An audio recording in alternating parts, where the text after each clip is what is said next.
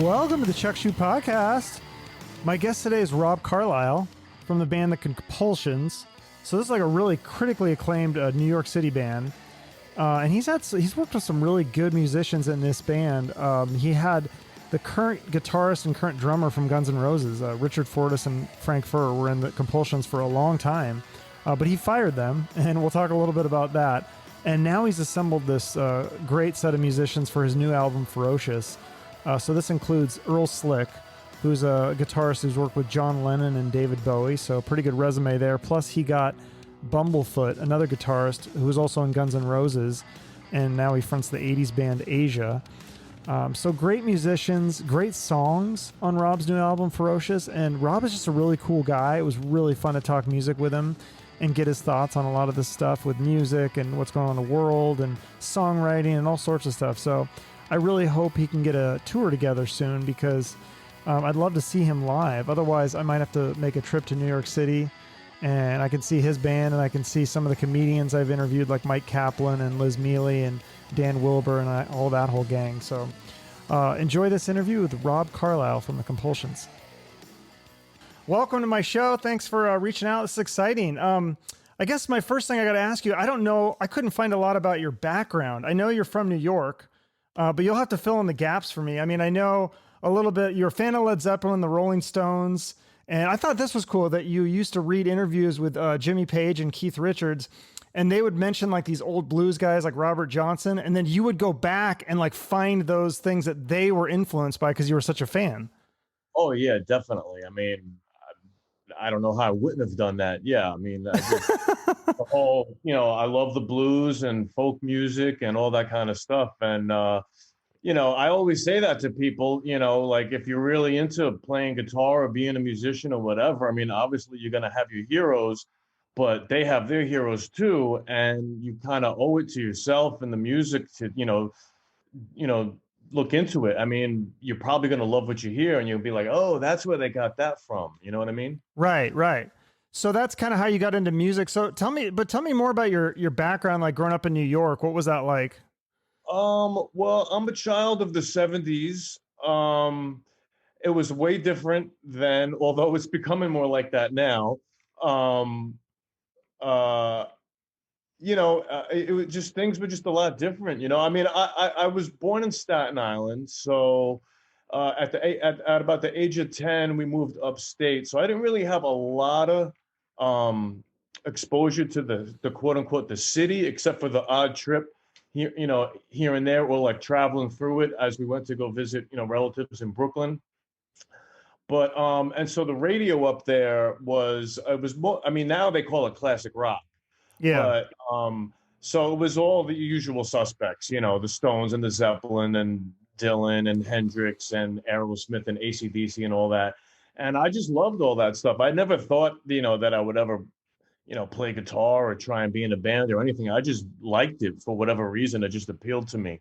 And then, after high school, I moved into the city and started going to art school and hanging out in the clubs and meeting other, new cast of friends. And that's when I learned a lot more about the bands that I had read about, like the Stooges and the Dolls and stuff, because that stuff didn't get a lot of exposure back then. You wouldn't hear the New York Dolls on the radio, and you still pretty much don't, unfortunately. So I guess the combination of, that kind of, classic rock upbringing, for lack of a better term. And then, once I hit town and then got hip to like, the Sex Pistols and the Clash and all that kind. I mean, the Clash was on the radio actually, but you wouldn't have heard the Sex Pistols and the Dolls and the Stooges and that kind of, the Dead Boys certainly. Yeah, no, those are all great influences. But so when did you start like playing the guitar and singing and writing songs? Oh, well, playing guitar, I saw a movie on HBO. It was called Let's Spend the Night Together. And it was a Stones concert movie. And when I saw them in action, I had never seen the visual really, up until that point. And so when I saw them in action as a little kid, I was like, that just looks like and sounds like the coolest thing ever. And so I wanted to get a guitar. And so I was probably maybe like 12 or 13 when I got my parents to get me a guitar, and took a few lessons, and you know, you know, just you know, kind of taught myself after Taught that. yourself. Okay, so no lessons or a few lessons. No, not too much. I should have taken a lot more, but I did really, and to this day, I'm really not into like learning other people's material. Okay. And that's kind of like what they do when and it's a great way to learn how to play, actually. I mean, there's really no other way, but I never loved learning other people's material. But I loved the songs that they had written. And so I guess I just aspired to like write songs, quote unquote, like them. Okay. And then eventually, I used to buy all the guitar magazines. Oh yeah, me too. Yeah, and I still have them, actually. You don't throw those out, at least I didn't. And so then there was cool. an article there was an article in there about the Keith Richards Open G tuning. And so I put my guitar in that tuning, and it sounded amazing to me. And I immediately changed it back to regular tuning because I didn't think it was right to, rip off somebody. Little did I know that, everything is ripped off. Right. Yeah. To a degree. Yeah. Yeah. So I use the word ripped off, but you know what I mean. So Influence. eventually I would go back to it, and in the early days, I mostly played, in open tuning, very crude player, and still to this day, although I'm working on that. And I tried making bands in the city once I moved to the city, and didn't really have any luck. I was looking for a lead singer. I was looking for like the next Steven Tyler or whatever, or Steve Marriott or something like that. And I just wasn't having any luck. And after a while, I bought a 4-track, learned how to, kind of use that, and started making like these makeshift demos and writing my own songs. And, I became, I was singing on them, if you could call it singing. And what style would you say it was back then? Was it kind of what you're playing now, or was it more punk or? Totally the same thing as now. Okay. Yeah, like I've been on this path, I've been on this mission like the whole time. So when did you get the name Crazy Rob Carlyle, and why is it crazy? I just did that. Why did I do that? Oh, you gave it to yourself? Yeah. I mean, everybody treats me like that. So I was like, all right, fine, I'm gonna own it. Okay. So I did that. I did this tour a couple of years ago. I did a couple of tours with this guy named Daryl Bath. He's a British guy, and we're very similar in our influences. And you said he's the British you, right? Well, did I say that? Yeah. We're very similar. In our likes, and in our songwriting style, and even vocally and stuff. So we were a really good match, and so we were putting that together. I think this is how that happened. And I just wanted to use my name, but I wanted it to be like attention getting, in posters or whatever. So I just put that name in front of it. A as a fuck you to everybody who treats me like I'm crazy. I'm like, okay, fine, then I'm gonna own it. And then just as a way to just stand out. I mean, why do we change our names in rock and roll? Like, why is Muddy Waters Muddy Waters? Because you're probably more likely to press play than, instead of McKinley Morganfield, which was his real name. Right. Muddy Waters just sounds. Yeah, like Slash is definitely a better name than Saul Hudson. Yeah. So I mean, you kind of have the right to change your name in this business, and you might as well just go for it. So there was that, and also I had also written a bunch of songs which no one's really heard too much of yet, although I did play a couple of them on that tour. I'd written a couple of songs that were kind of about like your mental state of mind. Your mental. That's redundant.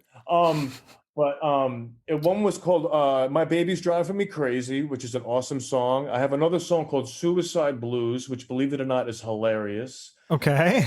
Then I have another song called "Reclusive," and those are waiting to get put out one day. And they're all about, they were more about like your headspace. And so that was another reason why the crazy thing just kind of came about. So it's just kind of like, I don't do anything for really one reason. There's always like a host of reasons behind all my moves. And I probably, if you ask anybody, We're all like that. So yeah, that's where the crazy came from. And then how'd you what's that? I don't know if I'm going to use it moving forward, but who knows? Okay. You know? So how did you come up with the name The Compulsions? That's a pretty good name because it's kind of like obsessive compulsive. A lot of like mental things I'm noticing theme. There is. There's actually a lot of themes, but mental one. I mean, listen, Ozzy Osbourne has a whole career based on crazy, right? Mm-hmm. And evil, but also crazy. Yeah, true. So, so it's a wellspring of inspiration. So what was the question? How did you come up with the name The Compulsions? I was surrounded about that time, like I'm telling you, when I was, trying to put together a band or putting together bands that didn't last very long. I had a Post-it on a refrigerator of just like, possible names. Okay. And that was one of them. And I always loved bands that are like the blanks, like the Dead Boys or the New York Dolls or whatever. I always loved the thing. And I like that word because it's a word that you don't really hear that much.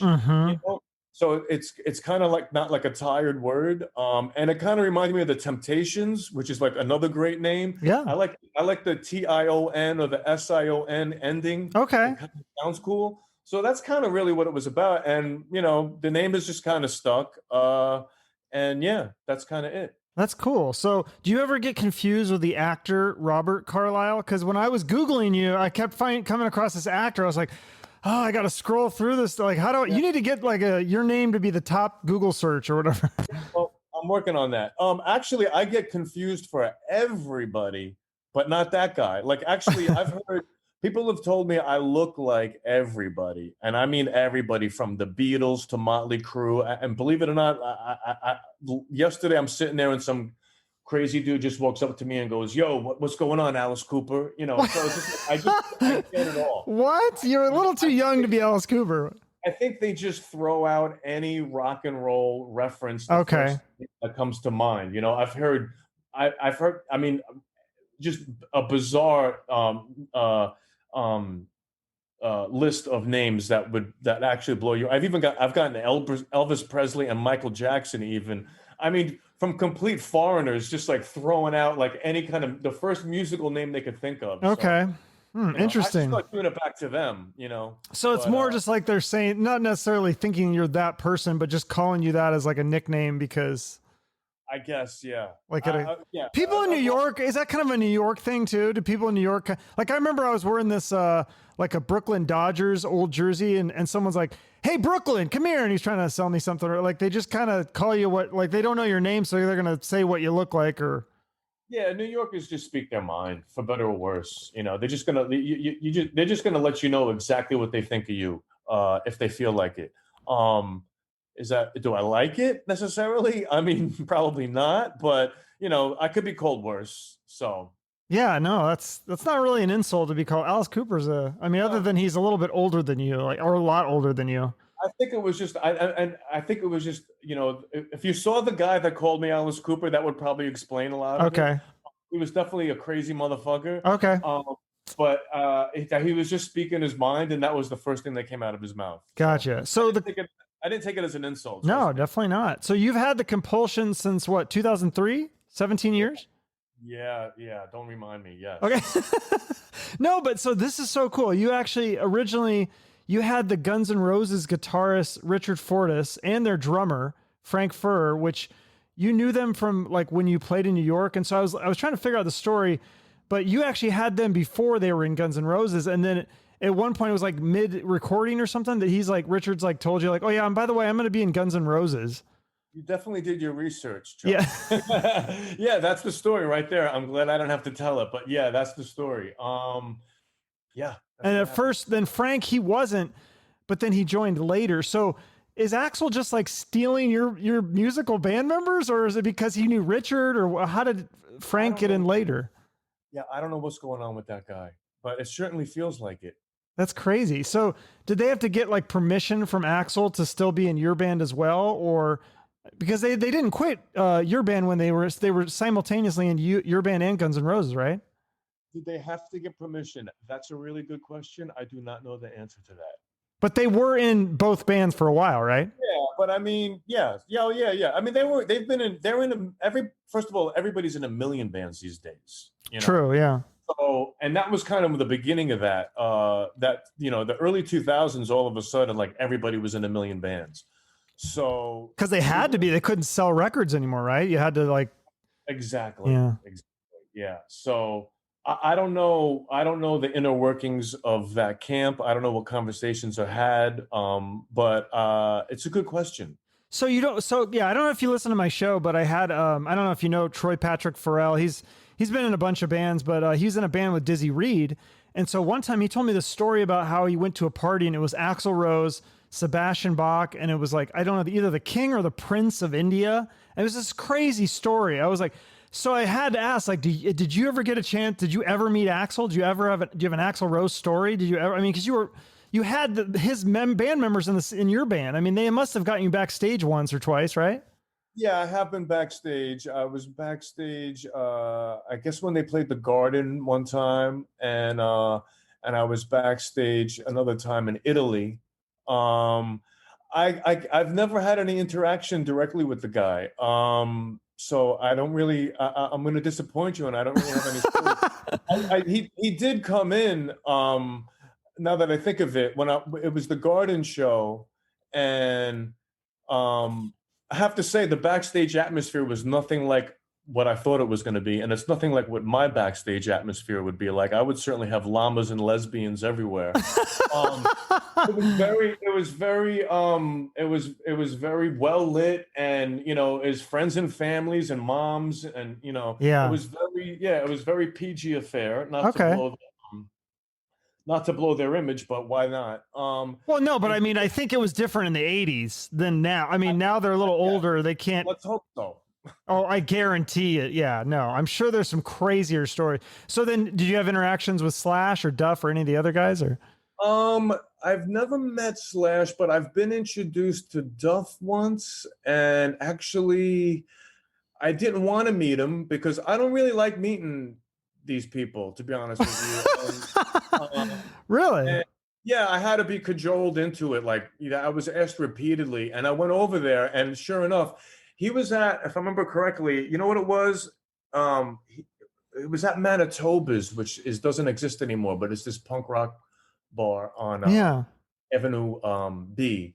And a friend introduced me, and he was actually sitting there next to a couple of other Seattle guys in rock and roll. Oh, Pearl Jam guy he's friends with. Yeah. Is it Mike McCready? Mike Or is it McCready, the other yeah. guy? Stone Gossard, maybe, yeah. Right, and then I it probably was I don't know if I said that right. it was the guitar player from Alice in Chains. Jerry Cantrell. Yeah. It was the three of them was sitting there, and it was, honestly, I didn't really. It was kind of awkward, and I just said hello. I was like, "Hey, my friend wants to introduce us, so I'm Rob. I know your guys. Oh yeah, blah blah blah." And I got the hell out of there. I mean, I didn't have anything to say. Although he was very, now that I think of it, he was very struck by the fact that I lived right in the area and that I was a local guy. Because I remember him saying over and over again, "So wait, you live right around here? You're like a local guy? So you're right in the neighborhood?" And I was like, "Yeah." So in New York. I don't know. What? In New York, you're saying? Yeah, it was a couple of blocks from my house. Okay. I don't know if he was trying to get me to invite him over. I don't know what was going on. You should have taken advantage of that. You could have hung out with Duff. That's cool. You guys probably have a lot in common, though. You like a lot of the same music. Yeah, honestly, it's funny. I don't know I know those guys know about me because when Frank was first rehearsing with the Duff and Slash combo, yeah, I was giving him a hard time. I was texting him and I said something like, "Make sure you rehearse my band real good for when we go on." Oh, that's funny. Yeah, and then he texted me back and he said, "I played the Compulsions for them. They love the Compulsions," right? So, and then knowing me, I said something like, "Yeah, of course they love it. It sounds like they're already on it." I said something like that. So, and that's kind of like maybe the last time I spoke to Frank. Yeah. So yeah, that's interesting. This was interesting. I found this interesting because usually when you when a band, you know, parts ways with a member, it says like, you know, this band parted ways. But there, the headline that I read with Richard and Frank, it said, Compulsions fires Frank and Richard. And you know, I was just like, wow, that's really like dramatic. Like you fired them, like you were like pissed or something. That was, I mean, I didn't know we were going to get into this. I was going to try and keep it clean, but you're going there. No, cool. I'm going there. Yeah. That's cool. It on a musical level, we got along great, but that was about it. That was about it. It was not, there was a lot of dramatics. Okay. And if you want me to tell stories, honestly, I don't even remember the shit. I don't dwell on it. I just know how I felt at the time. Yeah. And how I felt at the time was like, you know, I don't need this anymore. So they were great players, and you know, I've played with a lot of guys who've been in and out of the Compulsions, and I could play you tracks and I could tell you it's Richard and Frank on it, and you'll think it is, and it's not. So the point is, I've played with a lot of guys. It wasn't until, you know, and I'll be the first to admit it, it wasn't until I started working with them on a more regular basis that we were getting a lot more attention and a lot more people coming to the shows and a lot more clicks and likes and all that other kind of stuff. And so, you know, there was, like I said, there was a lot of tension behind the scenes. I still don't know why, honestly. You would have to ask them. And so I tolerated it, and I've said this before in interviews, I tolerated it for as long as I had to. And then after a while, it was like, well, we're not getting any bigger because you guys are all like, they were very reluctant to help me promote the band in any kind of way, right? And I don't know what that was about. There are, you know, to get your band out there, and people know about it. There's no other way for me to say this, but you got to whore yourself out there all over the fucking goddamn place. And nowadays it's easier than ever because you just got to press some buttons online, right? And it was just real hard to get them to do any of that kind of stuff. I'm sure they have their side of the story. You could ask them. But again, I go back to this on a musical level. It was amazing. We got reviews. I always got great reviews. We continue to get amazing reviews, like stuff like, you know, by far one of the greatest underrated rock bands of our generation, stuff like that. I mean, the fact that you could just, you know, turn your nose up to that, it just boggles my mind. So again, you would have to ask them what the problem was. It wasn't me. I did everything I could. I knew what we had. And I knew it was amazing. But again, I did great stuff before them. I'm doing great stuff after them. I'm sure you heard the new album, right? Yeah. We'll get to that. Yeah, for sure. Yeah. No. So, and that's kind of the point of the new album. One of the points is, you know, now that people are paying attention, it's like, listen, I'm the guy that's making this happen. You know, I write these fucking songs. Well, yeah. So you're the main songwriter? The only songwriter. Okay. Yeah. I mean, there's been a little bit of help here and there. But like from a producer here and there, or there was another guitar player who contributed a riff 8 million years ago to one track. But by and large, everything you see, everything you hear, for better or worse, is all coming from me. Gotcha. How the songs sound, why they're in that key, why they're in that tempo, you know, that's all me. Okay. So whether that's good or bad, I'll leave that up to you. All right. Well, so then, yeah, so you got rid of Frank and Richard, and then you hired another Guns N' Roses, well, former Guns N' Roses guitarist, Bumblefoot, who's also amazing, talented guitarist. Now, he was a one time in Guns N' Roses, but now he's in Hookers and Blow, and he's the frontman for the band Asia, which is like an 80s band. And is he in your band too, or did he just help out on this new album? I mean, to be honest with you, man, the only guy in my band right now is really me, especially right now with the state of the world as it is. Definitely not helping. But I'm the one. It's called the Compulsions, which is ironic because it really is more of a solo project than anything else. I would love to have these guys, any of them, more involved. But that you'd have to ask them. You know, they're in other projects that are, I guess, more lucrative or whatever. Yeah, Bumble is in 8 million projects. It seems like. Oh, he's in Sons of Apollo too, I think. Right, there's that. Yeah. So they're all doing a million things. Like I said, everybody's in a million bands. It definitely does not help my situation. Yeah. But it's always like a catch-22. Well, I'd be in your band. I mean, this nobody has said this, but this is what I'm getting. Well, I'd be in your band if it was making more money. But how's it going to make more money if you're not going to be in the goddamn band? You know what I mean? Right. So it's a nonstop, catch-22. For sure. But you were talking, I heard you talking about touring Europe. Were you able to get that tour? I mean, have you toured a lot besides just doing shows in New York? That was me playing by myself with a guitar, you know? Oh, Yeah. And, okay. and Daryl played by himself with a guitar as well. We had, plugged in electric guitars. Oh, We would join each other during each other's set. Once in a while, he had a bass player that he was friends with show up. So yeah, that was just the two of us, and we brought the house down every time, I have to say. Luckily, he's got a nice little underground kind of following there, and between the two of us, as we teamed up, we had a lot of fun both times. Maybe we'll do it again. I mean, right now, who knows what's going on? so you never toured with a full band? You never like toured the U.S. or? Unfortunately not. No, I wish that I could tell you that I did. I've played some festivals like years ago, an early version of the band, not with the name brand guys that you mentioned, but Yeah. I have been out to Wisconsin and Oklahoma, stuff like that. Yeah, but Okay. Yeah, because but I was going to say that's a good way to get noticed, is the festivals or the cruises. Have you ever done one of the rock cruises? I have not. I've had people say they're going to hook me up with that. It just hasn't come to fruition.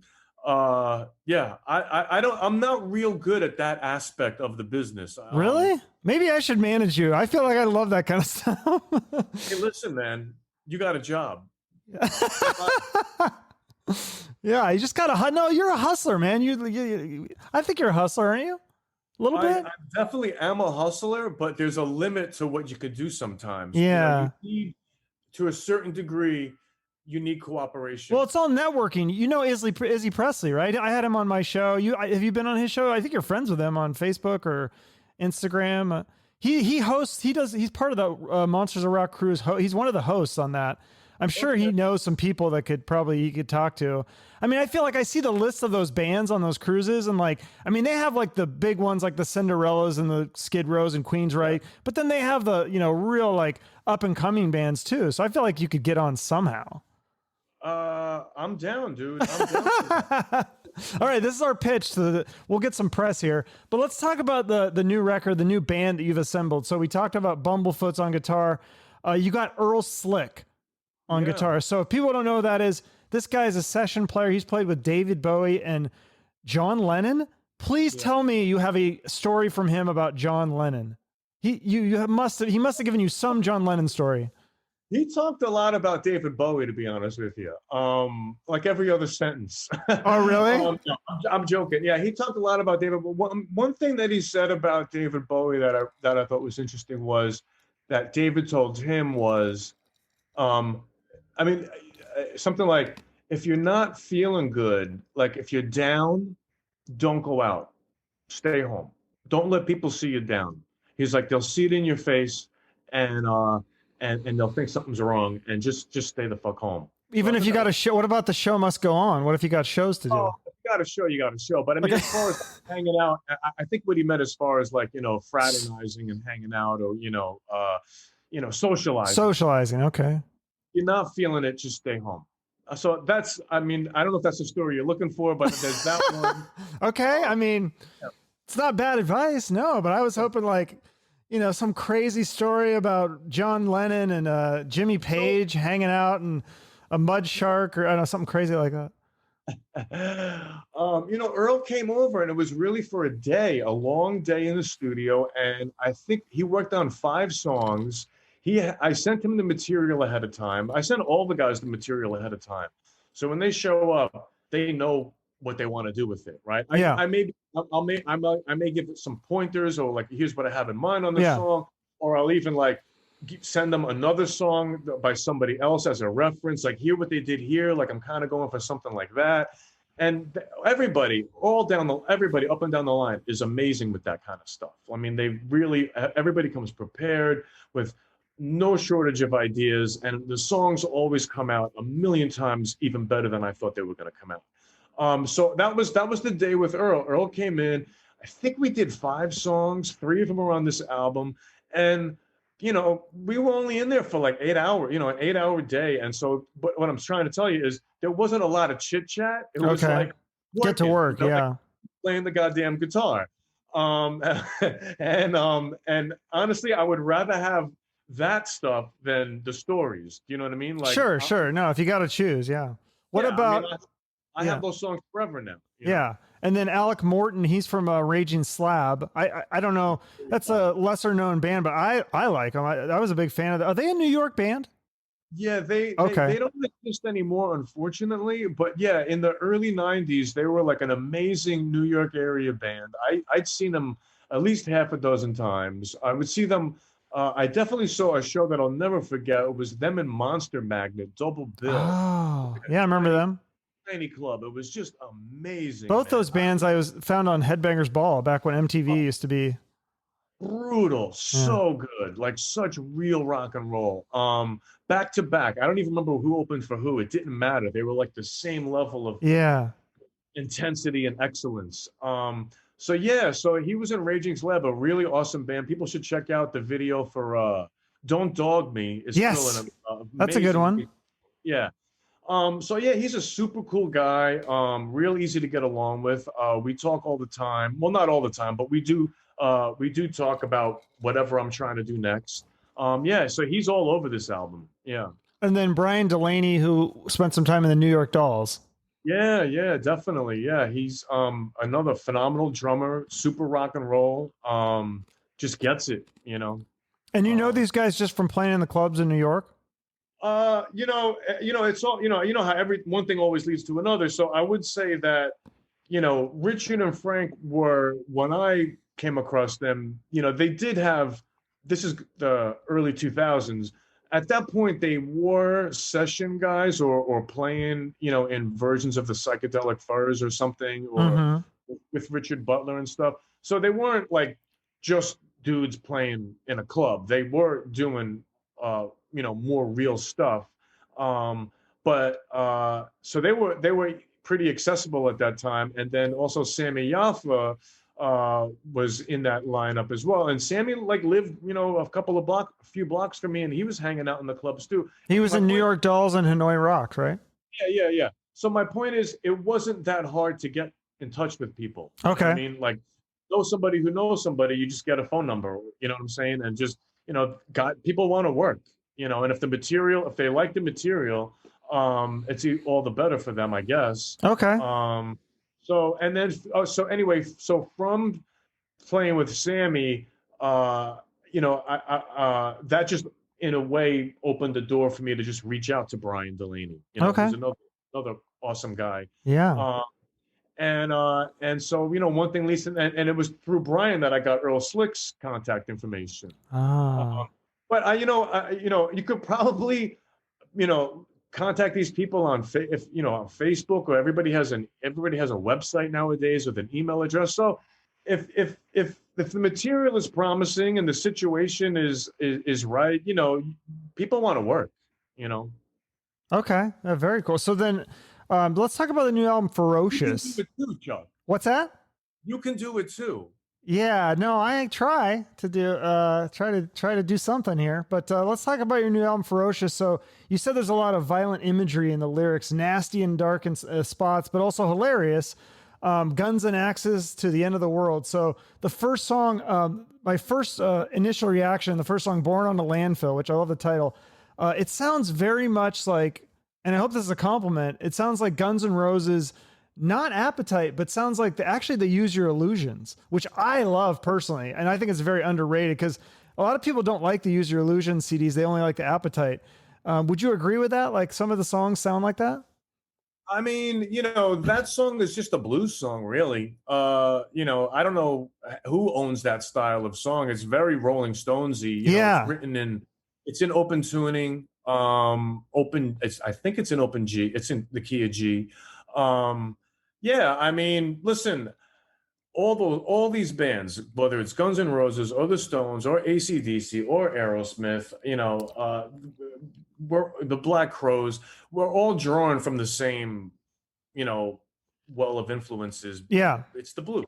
Yeah. It's the blues. Well, So, you guys have the same, yeah, it must be the same influences. So, and then right. So I guess to answer your question even more is like, yeah, I'm getting the blue. I got the blues from, Aerosmith, who got it from the Rolling Stones, who got it from the blues guys. And so I'm sure the GNR guys were about the same age, they probably followed a similar path. Sure. So we process the stuff like through the same sort of filters, more or less, give Right. or take. And because you also have the punk, the New York Dolls, and all that kind of influences that they love too. The Dead Boys, like you said. So there may be a level of aggression in our music that maybe you wouldn't have found in some of the other bands that I just mentioned. Yeah. And it's modern day. We also have modern technology when we make these records, so things can maybe sound punchier. I don't know. But I think the main thing is that it's just like, we kind of are drawn from the same influences and come into like some very similar conclusions. Absolutely, yeah. So the second song is like takes a total 180 though. It's called Band of Thieves, and this song sounds more like a Rob Zombie song, which is really cool. I love Rob Zombie. Yeah. Oh, okay, really? Yeah. Would you agree with that totally. assessment then? It's a little bit like kind of sounds like Rob Zombie. Well, yeah, I've always, I love, the two guitar rock and roll band setup.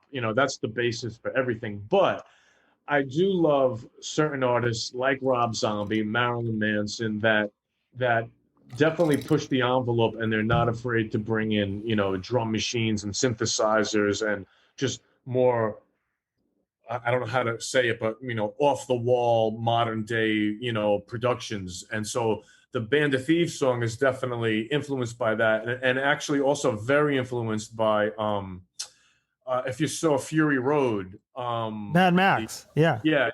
The guy who did the music to that is a guy named Junkie XL, and I've listened to that soundtrack quite a few times, and we definitely, I was definitely influenced by the Fury Road movie.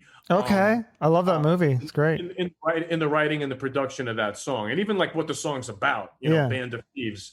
It's kind of written so you don't know. I wrote it, so hopefully it was vague. So you're like, is he talking about a biker gang, or is he talking about a rock and roll band, or it's kind of that. It's kind of written to be interpreted, like most of my stuff, multiple ways. Cool. Yeah. No. And then the third song is called Addicted. And this sounds kind of like the first song, and the second song, had a baby, basically. It's kind of like Rob Zombie meets Guns N' Roses. I really like the bass line in this. Did you write that bass line, or did you have Alec come up with that?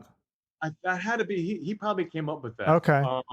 Yeah. And I love that song. That song is really, it's just one chord. It's just the A chord all the way through. There's no changes. There's a couple of stops, but yeah, it's just this hypnotic.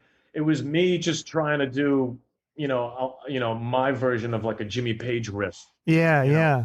So it's kind of that, and then Bumblefoot is just going crazy over the whole thing. Oh, okay. I love that track. Is Bumblefoot? Does he play on the Funk's number 666? Because I love the guitar on that with a wah wah pedal. It's got a great solo. That's Bumblefoot. Oh yeah, he tore that up, man. That was really good. He did such an incredible job. If you like this stuff too, I put out some singles with him in 2016. We did a cover of we covered Revolution, and we covered Shock Me, and we covered Fascination Street. And yes, it was kind of like the beginning of our working together. And then he's just real easy to get along with, and he, certainly knows how to play guitar. Yeah, definitely. Yeah, no, you got the rest of the songs are all really good. I also like the Dust and Bones cover. That's a Guns N' Roses song. I think that song and those whole albums are so underrated. So it was cool to hear a cover of that. I thought that, and it was like you did it differently. You didn't just, it wasn't a totally faithful cover, which I think if you're going to cover a song, I think you should kind of mix it up. Also, the same with your cover of Dead Flowers. You also, which is a song that I don't know if Guns N' Roses covered it, but I think did Gilby Clarke cover it and Axl sang on it? I've heard them do it, and so it was cool to hear that too. You know what? Everybody's covered that song. Yeah, that's a good. I mean, it's a good song. It's such a real good song to cover. I mean, it's just simple cowboy chords, you know, and like you could do it in so many different styles. It's just wide open. I mean, there's obviously the Stones version, but then we did it more like, I don't know, more of a punk rock, maybe Social Distortion, but with like, you know, shredding guitars on top of it. But yeah, many people have covered that song, and it's just the mark of a great song is when people want to cover it and also can cover it in so many different ways. Yeah, no, because yours is definitely more of an original version. It's not it's like the Guns N' Roses. It's not a totally faithful, just a cookie cutter copy, you know, version. It's like you're actually putting your style and your stamp on it, which I think is the best covers. That's what we try and do. Yeah, that's awesome. And then I love the Dirtbag Blues. Now, I think I heard you talking about, because I only heard clips of the song. So is this song only 48 seconds long? Yeah, it's a 48 seconds long. I gave myself an assignment, you know, years ago. Yeah. Which was like to try and write the not only fast in speed, but like the shortest amount of time. Like, can I tell a whole story in less than a minute? So there's an album we have called Beat the Devil. And if you look at that, there's a song called Eat My Dust. That's 60 seconds long. It's like this Motorhead, you know, jam. And then I did this song, which is Dirtbag Blue is another less than a minute song. I've got a couple others in the pipeline. There's another one called Shake That Thang that we do there's two versions of that. There's a slow version and a fast version. And actually the song up at the top that we talked about, Born on a Landfill, I was trying to write that. That was going to be a 60-second song. I was trying to tell my life story in like the shortest amount of time possible. And so that's kind of what the inspiration was behind Born on a Landfill. I was trying to write I was gonna try and make that another 60 seconds. What do you mean that's like your life story? Like you weren't literally born on a landfill, were you? Well, I was born in Staten Island. I don't know if you know anything about that. but there was that giant, you know, Fresh Kills landfill that was there for the longest time. They've since paved it over, but I just wanted to, you know, that was my assignment. Yeah. Okay. I actually live on top of a landfill. I mean, yeah. I'll let your imagination take that one. Yeah. So what's it like? I mean, right now there's a lot going on in the world. Does that inspire you to pick up a guitar and make songs about it? Because I mean, I know from myself as a podcaster, I mean, there's probably not a lot I can do to save the world, especially as a white male. You know, there's not a lot I can do to save, but you know, as a musician, you can maybe inspire people with your songs. I don't know. Do you think about do you think about some of these songs? Do they inspire you to write, you know, like a John Lennon type peaceful song that can bring the world together? You know, yeah, it does. I have done, even on the last album, there was a song called Evil Bastards, which was just about like this. It was just about the sins of humanity. That's a great title. Yeah, it's a pretty fucking dark song, and it's a pretty angry song, and I love that song. So there's, you know, so I have written stuff, you know, based on what I see on TV and see out on the street. So Evil Bastards would be one. Funk Number 666 is definitely, I mean, I get right into like, I take that all the way up to the apocalypse with the Four Horsemen coming in and all that kind of stuff. And it seems to, you know, I wrote that thing 5 years ago, and it's unfortunately seems more relevant now than ever before. And then, yeah, there's a couple other things in the pipeline that are, you know, if you heard them, even the Reclusive song that I have, I wrote that long before we were all, you know, locked down. And if I put it out today, you would think, oh, he wrote this because he was locked down. You know, actually had it in the works way longer. So am I inspired? I mean, to be honest with you, I kind of feel like Funk Number 666 covers everything. Hmm.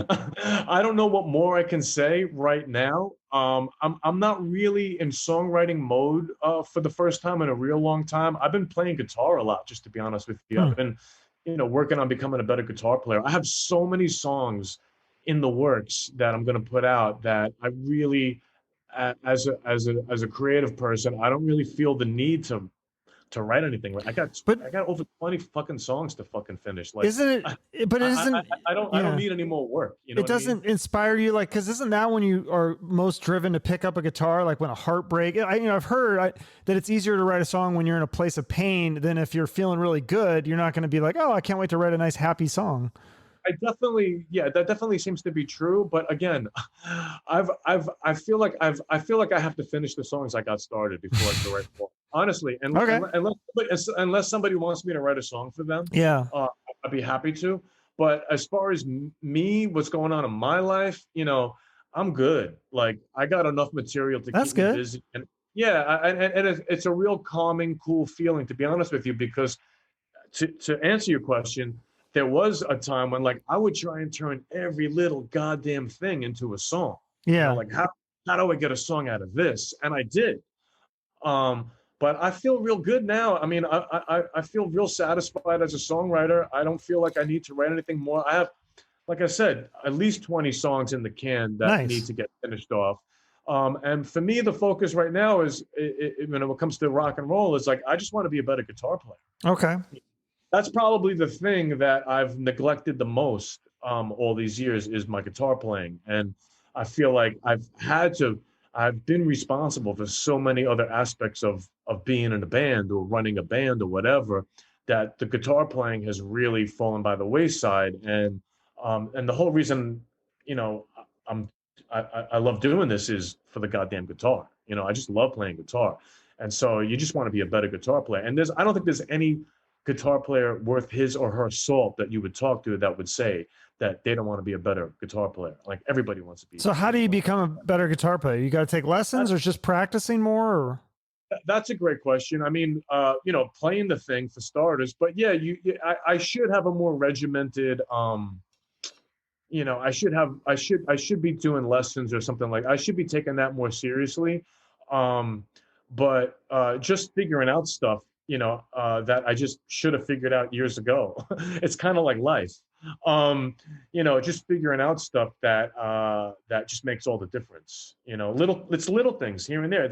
It's 8 million things. Well, that's what I heard. Somebody talking about that the other day. That success is not sexy. It's just an accumulation of little things and habits over a long period of time that leads to great, amazing things. So yeah, totally. And some of us, we learn different things at different rates at different times in our life. Yeah, so definitely. The game is never over, until you're in the grave. So yeah, so when does this new album, The Ferocious, when does it come out? Is it November or October? Yeah, this is you can buy the whole thing on November 13th, 2020. But right now, you can go to iTunes and pre-order it, and you'll get Dead Flowers and Dust and Bones instantly. Oh, okay. Sent. Yeah. So that's cool. So, and you've said, like, you go to the website and see all these reviews that you have from a lot of critics have really given you guys good reviews. Do you have other people that are fans? Like I said, I thought maybe Guns N' Roses, I mean, it sounds like they are kind of fans. Do you think there's other bands out there that are fans of you that maybe would take you on as an opening band or something like that? Or? Well, what's funny is I had a few conversations with a guy named, his name is escaping me right now. I should know this. Who was the bass player? Who is, Jimmy Ashhurst. I don't know who that is. No. He was in the Juju Hounds. Oh, yeah. Izzy's band. Yeah. And he was in Buckcherry too. Oh. And I think he's friends with the other guys that we mentioned earlier. Okay. And in one of my conversations with him, he told me that on more than one occasion, Buckcherry reached out to someone in the Compulsions about opening up for Buckcherry, and they were told that we were too busy. Now, I can tell you, no one reached out to me, so I don't know who they talked to. Yeah. but no one came around and told me, hey, Rob, by the way, so-and-so from Buckcherry reached out to me and wanted to know if we wanted to open up for them. I told them we were too busy, but just wanted you to know. So to answer your question, there's things like that. For the most part, from what I see, even though it looks maybe to the outside person that there's like a brotherhood going on out there, it looks to me like everybody kind of keeps to themselves, and it's like your family versus my family, my gang versus your gang. I don't, I would welcome that kind of support or interest or whatever, but it hasn't really come my way. In fact, maybe the opposite, if you know what I mean. So yeah, what do you mean the opposite? No, I don't know what you mean. There's just unfair competition and just sabotage and that kind of bullshit. Really? Like people trying to not give you opportunities? I don't think anybody's in a rush to help anybody. I'll put it that way. Okay. I don't think anybody's in a rush to help. It's too tough out there to really help anybody. Well, I'm trying to help every musician that I can. Anyone that comes on my show is it once you're a guest on my show, I help you for the rest of your life as much as I can. I mean, not that I have a lot of followers or anything, but. No, I really appreciate that. That's awesome. But I don't really, that's not been my experience, So yeah. But anyway, yeah, somebody reached out, somebody from Buckcherry reached out to one of my guys a couple of times, from what I'm told, and they were told that we were too busy, but the message never got to me. Well, that sucks, because I think you and Buckcherry, I would definitely pay to see that show for sure. That'd be amazing. Phenomenal. It would have been phenomenal. Yeah, I just heard their guitarist actually just stepped down. Did you see that? I did hear about that. Yeah, yeah. Hey, maybe you could step in and be their guitar player. Sure. Do you think that the rock and roll image of like sleazy party rock is just like not PC in 2020 anymore? Because you kind of have that kind of, even with the album artwork and some of the titles and the lyrics, I mean, it's kind of that sleazy, rock. And sometimes I kind of like almost like get scared when I listen to some of this stuff, because I go, oh gosh, the Me Too crowd or whatever is going to be after this guy, or, and I mean, that's a great question. I mean, I could tell you, I've lived it, and I'm still living it. But as far as, people being offended by anything, what tough shit, it's fucking rock and roll. You know what I mean? Like, what do you mean? I mean, yeah. we could sit there and sit there and have issue with, fucking Chuck Berry, My Ding-a-Ling, his biggest song of all time. You know what I mean? Like, that's true. Yeah. I didn't think of that. Yeah. You just can't sit there and like second guess yourself and worry about offending people, because like, we're offended by there's the rotating list of topics that we're offended by. If you try and just sit there and like make everybody happy, you'll just never make a record. Yeah. You know what I mean? But just put it out, and then, time will tell whether it's, offensive or not. And I think that, I have a lot of different types of people, I'm fortunate to say, a lot of different types of people that love my stuff. And it's an honor, and they know where I'm coming from, and they know, when it's funny, and they know when it's, it got the best intentions behind it and stuff like that. And so, right. Cause isn't that kind of an expression? That's how you express some of these feelings that, I mean, Guns N' Roses sings, I used to love her, but I had to kill her. I mean, they didn't really kill anybody, but maybe they're expressing the feelings of like being angry at somebody. And maybe that's a good way to get that anger out, to listen to a song or write a song. There's always going to be that type of stuff, whether it's in hip hop or whether it's whether it's in some old country song about killing your girlfriend or whatever. Or the new Cardi B song. Have you seen that one? No, what is she talking about? The Wet Ass Pussy. You haven't seen that one? Okay, no. I mean, I've seen that one, but not that one. No, you got to see that video. It's pretty graphic. Yeah. Yeah. So, I mean, you got to go there sometimes. You know, you got to go sometimes. But, I also try and not be like, just a one-dimensional artist and only do that. You know, like, there's a time and a place for a dirty joke, but then there's also a time and a place for some like, deep, meaningful stuff too. Mm-hmm. So so if you listen to the record, the goal is to try and, check all those boxes. Yeah. Do you think that are you going to try to get some of the songs licensed to movies and TVs and commercials? Cause I feel like that's the greatest way to make money with recording. I mean, obviously touring is a big part of musicians now, but in terms of album sales, you're just not getting even the biggest names are not getting the money from that. So do you try to do the licensing? Yeah, I have a guy that I work with. We've gotten some songs on some things. Like we even had a song on like one of those on a Showtime series. Oh, really? Yeah, it was a small snippet of a song, but you get paid for that. So there's things here and there that you can try and do. Get your songs into maybe commercials or whatever. Yeah. That kind of stuff does happen. Yeah, for sure. I mean, the dream is you want the opening sequence on some HBO miniseries. Yeah. So anything can happen. Yeah. So, or what is it? What other, sorry? And probably will. And yeah, hopefully. So what other goals do you have for the band? What do you want to do? Would you want to do an opening tour with Buckcherry, or what would be your biggest goal? Well, right now, everything is up in the air. Yeah. I mean, I don't know what anybody's doing right now. So that's why I figured, let me just, first of all, I've been working on this record for 5 years. And while I'm working on that record, like I said before, I have like another 2 albums at least worth of material. So it's been like these 30 plus songs, just, working on them and moving them forward as fast as possible. And these were the first 10 that came together, this package of 10 seemed to really work well. Okay. And so to answer your question, what's the goal? I mean, things are just so crazy right now. Like we're even talking to I don't know if this is going to happen, and I can't get into too many details about it, but there's a guy out there who is a promoter who has an idea for a remote, a socially distanced concert series, and he's got an interesting spin on it, which I'm not going to give away because it's his idea, and okay. I don't know if we're going to do it or not, but the goal is to really play out more. I mean, that's the one thing that I haven't really been able to do as much as I want to with this band, is to play out more. But that would be awesome. If somebody wanted to write a song with me or wanted me to write a song for them, that would be sick. Jimmy Page wants to give me a call. Yeah. I know he's looking for something. So, whatever. Iggy Pop wants to do something.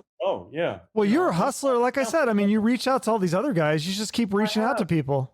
I haven't reached out to Jimmy Page. Yeah, maybe why not? Should. Yeah. Well, I don't know. I don't know that he's going to dig my singing style. He seems to like, it's hard to fill Robert Plant's shoes. Yeah, that's tough. But yeah, I'm not shy about reaching out to people, and I do do that once in a while. Again, right now, my focus has been just to get this album out. I'm going to be doing some publicity for it, including your show, which thank you very much. And yeah, I mean, playing out is always the goal, but right now ain't nobody playing out. Yeah. All right. Well, yeah, thanks so much for doing my show. I do like to end with a charity. So you mentioned the World Resources Institute. Can you tell me about that? I looked up a little bit. Yeah, I mean, they have so many, they just have so many different things that they do, but the main goal is that, we have to do way more to keep the environment or get the environment in better shape, because we're just not going to be here if we just keep going along this path. And yeah. I mean, look at the situation that we're in now. I mean, a lot of people have a theory on why we're here, but I think it's just because, we're just doing too much too fast, and too many of us doing it. Well, it's interesting though, because didn't I think, was it Italy or one of those European countries, when they locked down, they said the environment just totally changed. Like these animals came back to life that, that had never been seen in these areas. And I think you're talking about the canals in Venice. Yeah. I don't know if that was fake news or what, but yeah, I mean, there's definitely been some like measurable changes in the environment with the lockdowns, which is really interesting. Yeah, and I'm not surprised, because again, I just feel like we're just doing way too much too fast, and I think we ought to really examine that. And I'm sad to say that I don't think we're gonna. I think we're all itching. Everybody's itching to get back to their schemes and their scams, as soon as possible. That you know, I'm very worried about, you know, the future and what's going to happen, because it doesn't seem like, you know, we're supposed to be in this reflective mood, but I don't see it in this reflective, you know, state perhaps. And I don't necessarily see it. I think there's all the self-centered, you know, people out there. I think they're just waiting, you know, itching to get back to that, you know, and that's how we got here in the first place. Yeah, it's sad. I mean, that's why I try to end with a charity, try to do something better for the world. So, I mean, yeah, if people want to go to that website, they can check it out. And then people should definitely check your stuff out. You're on all this. You're not a fan of social media, I heard you say, but you are on it regardless, right? I think you're on Twitter and Instagram and Facebook and Yeah, your music's on Instagram. Spotify and YouTube and Pandora. Yeah, that the music-based stuff, yes. Instagram, yes. Facebook, I have my personal account. There's a YouTube page. Um, you know, and again, you know, the album is available right now. If people pre-order it, they'll get Yeah. they'll get Dead Flowers. They'll get our version of Dead Flowers, and they'll get our version of Dust and Bones. So, you know, I do what I have to do. All right. Well, that's great. Well, thanks so much for coming on my show. Is there anything else you want to promote or tell people to do, or? Just keep checking the page, because there's updates going to be coming. Okay. Keep checking the website. It's thecompulsionsnyc.com. Like I said, there may be some live performances in the future, very near future. I don't know if it's going to be a full band thing. Okay. Or it might be me, or it might be both. So there's stuff happening, and there's, you know, you know, there's press coming out. There's other podcasts and stuff like that. So, you know, there's going to be hopefully some more entertainment coming from me for people. Oh, that's good. Yeah. Well, hopefully you can eventually do a show down here, or if you do a show in New York, maybe I can come up there. And I've interviewed a bunch of comedians from up in New York. And so I'd love to see them and see you live. That would be cool. That'd be amazing. Yeah, man. Just let me know when you're in town. Okay. We'll do. Thanks so much, Rob. Thank you, Chuck. All Great right. speaking with you. Bye-bye. Take care. So there you have it. Rob Carlyle from the Compulsions. The new album is called Ferocious. Comes out in November. I think November 13th, he said. Check the website, check his social media, follow him on social media for updates. You can follow me on social media as well. If you enjoyed this interview, share it with a friend, or you can write me a review if you are really feeling like doing a nice thing for me. And other than that, have a great day or night if you're listening at night. And just remember, shoot for the moon.